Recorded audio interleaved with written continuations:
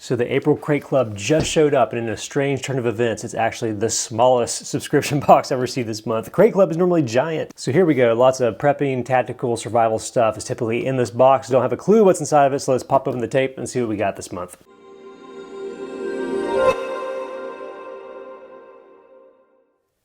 What's up guys, Eric here with At Home in the Future, and I'm back with another Crate Club unboxing. So if you're unfamiliar with Crate Club, kind of an interesting one. There's two different flavors of it. There's a quarterly subscription box, really big, runs for $3.99, and there's some new monthly levels. They just started this a while ago. This is the biggest monthly level, the major box, even though it's in the general branding here. This is the major one. I think goes for around $200 or so a month. If you want to get the subscription for yourself, be sure to follow the link on the screen or down in the description to save yourself some money.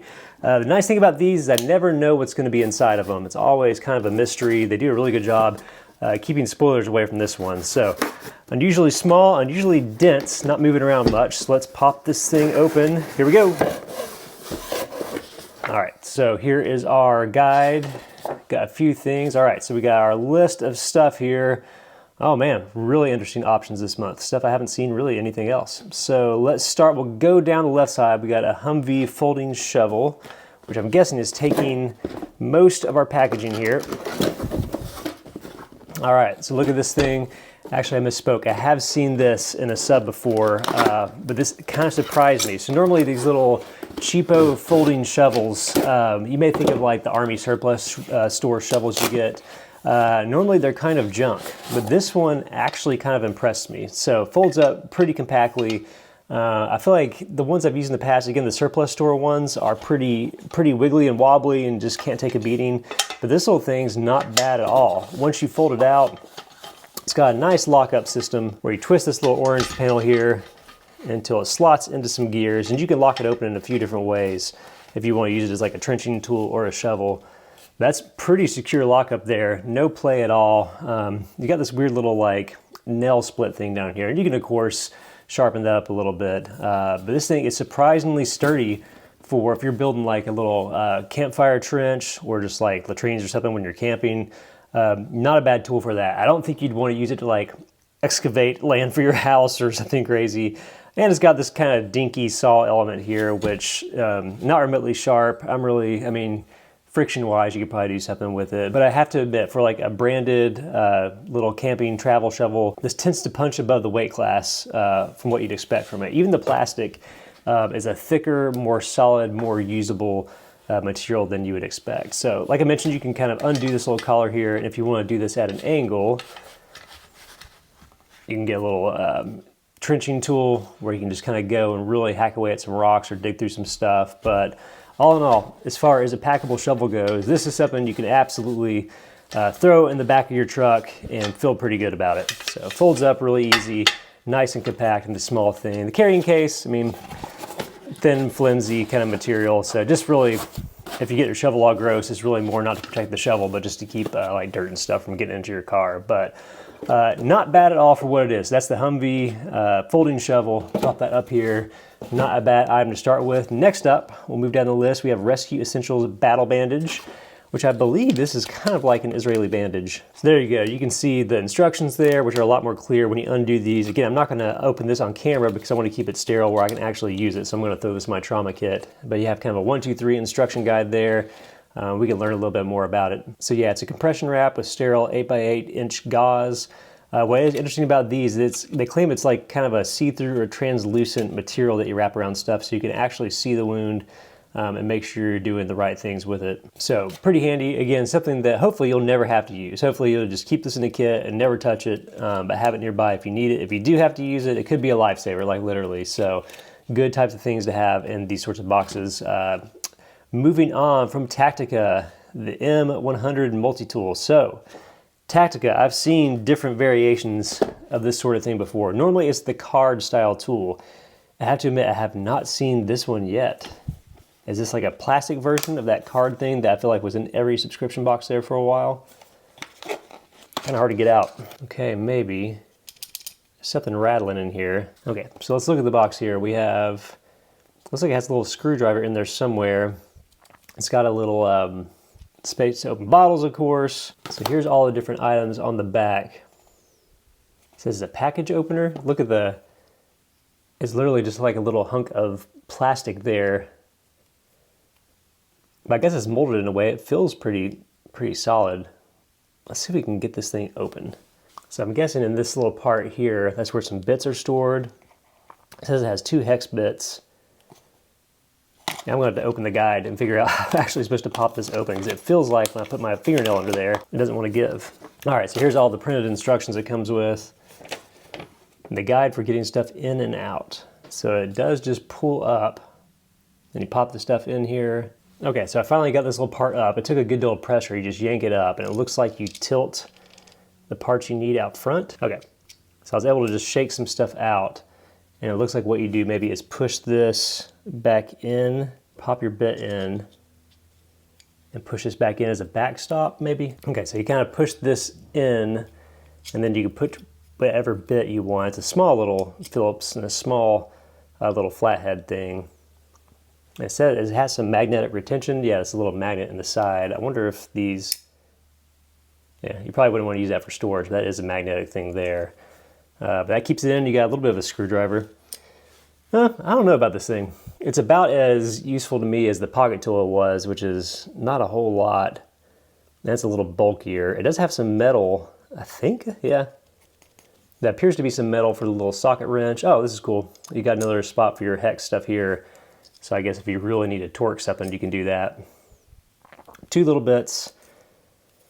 I don't know. I like that it's something different. At least I haven't seen this one before. I'm going to walk you through how you store these things down here. I think you just slide them back in. Oh, it's kind of a weird, fidgety little mechanism. And then once stuff is in, you just kind of push this thing back down to hold them into place. There we go. They finally slid all the way back in. I don't know if you can see that. But once they're in, you just push this little rubber stopper back into place, and they're holding it. I don't know. What do you guys think about this one? It does have like a little ruler built into it. I'll have to spend some time with it. You know, I made fun of the little package opener thing, but it's really not that bad. Feels like it'd probably dull over time. But that's a different tool at least. So there's all the different guidelines for how to use this thing. The wrench, the bottle opener, light duty socket stuff. The jury is out on that one, guys. I just can't tell. It does have a lifetime warranty, which is good. It's hard to tell with anything that's like this plasticky material. I get worried about how durable it's going to be over time. But it's a Tactica M100 multi-tool. A different take on that idea, at least. 2 cool knives. One of these is really, really nice. We'll get to that here in a second.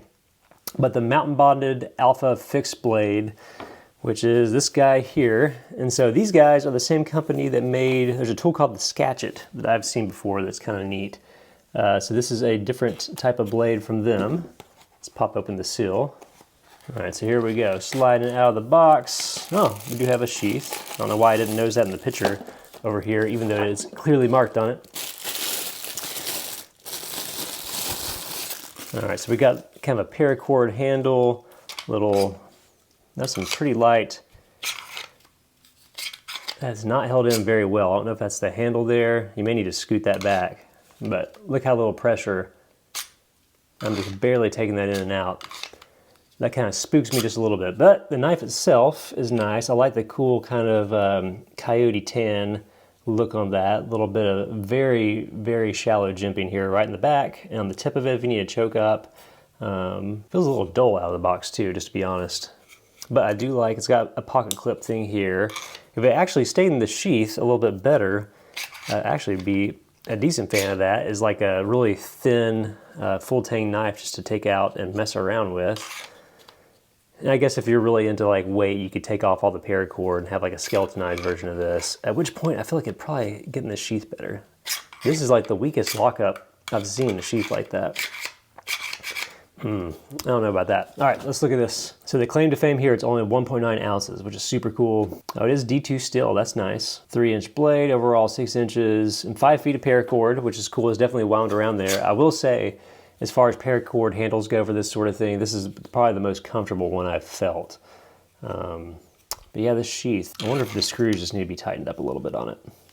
Interesting. Well, other than that, I actually end up liking this thing. So that's cool. It does have paperwork. I don't know if there's anything, just typical cardboard stuff there, but cool knife. Sheath needs a little bit of love. But let's get to this one. So Wesson is a really, really cool brand. I've actually I have this knife in my collection already and really, really dig it. Actually, I really love the branding too. Check out the little weird dog thing. These guys are from Detroit, which is a very cool little company. Okay, so slide open our box here. I like the little branding here. You got the bag, got a little bit of, I guess, fire starter if you want. Cool stickers and stuff. All right, so let's check this thing out. Very interesting belly on this blade. And if I remember right, really nice materials. Surprisingly difficult to get this, this little decorative bag open. But here we go. Wesson, really smooth, but look at the cool, big fat belly on this and tiny little drop point kind of edge blade on it. What I like about this one, it's actually surprisingly comfortable, big deep jimping there on the back. I think the steel, so check this out, S35 VN steel, super high-end steel there. As far as liner locks go, it's just this little pushover thing, very comfortable little liner lock, very silky smooth action getting that out. The only thing I don't like about these, the G10 handles feel great, very, very grippy. This is the right kind of G10. I wish everybody would do this kind of texturing or molding on this little lanyard hole. Pocket clip stays on one side, which kind of is what it is. But the pocket clip, as I was saying before, is the only thing I don't really love. It's not deep carry. You get about that much knife sticking out of your pocket when you use it. And it has, I don't know, it's just a weird feel to me. Something about that I don't particularly dig. But everything else about this thing is super interesting. Probably one of my favorite things about this, super smooth, very slicey. This is one of the nicest knives, really high-end blade steel and everything, but also one of the least threatening looking. So if you're in an office environment or you're somewhere where you take your knife out often, and sometimes people kind of go, whoa, this is the type of knife that I feel like will keep everybody calm. Almost the blade profile, I think it's very cool. I've heard some people say like it looks like you can just like you're about to spread some butter with it or something. It just has that kind of nice, non-threatening look. You're not going to go after somebody and try to injure somebody with this thing, although it is nice and sharp, definitely much sharper than the mountain bonded one down here. But this is a fantastic knife to receive in a box like this. So very cool from Wesson. Really nice materials and stuff too. Like I mentioned, G10 S35 VN blade steel. It's a nice liner lock. 2.8 inch blade there, 3.6 ounces. It feels lighter than that. It is very, very thin. Look how thin that thing is. Actually, I've got a mini bug out over here, which I was using to open this, and it's almost as thin as that. And the mini bug out is tiny. Actually, you know what? We'll open both of these just for a size reference so you can see. If you're familiar with the mini bug out, you can see how nice this Wesson knife is. But very cool. So that is it for the April 2023 major box from Crate Club. Interesting mix of stuff. Pretty useful mix of stuff too. That folding shuffle's nicer than it should be. Battle benches is great to have. The tactic thing, I just don't know about those guys. But these things are really cool. These knives, this Alpha one, I'm gonna work a little bit in that sheath, but if it weren't for that sheath, I'd really, really like that as a small mess around, maybe even backpacking knife. Pretty cool. And then Wesson the Almond, this is quite a knife to get in a box like this. These aren't cheap. I think that knife retails for like $150 or something crazy. So a great value to get in a box. So very, very cool. Again, if you want to get the subscription for yourself, follow the link on the screen or down in the description to save yourself some money. Really cool sub though. If you're into tactical prepping, survival stuff, this is a good one. So that is it for this month's unboxing. As always, hit that like button if you dug this video and subscribe if you want to see more unboxings and more cool videos and stuff like this. We'll see you next time.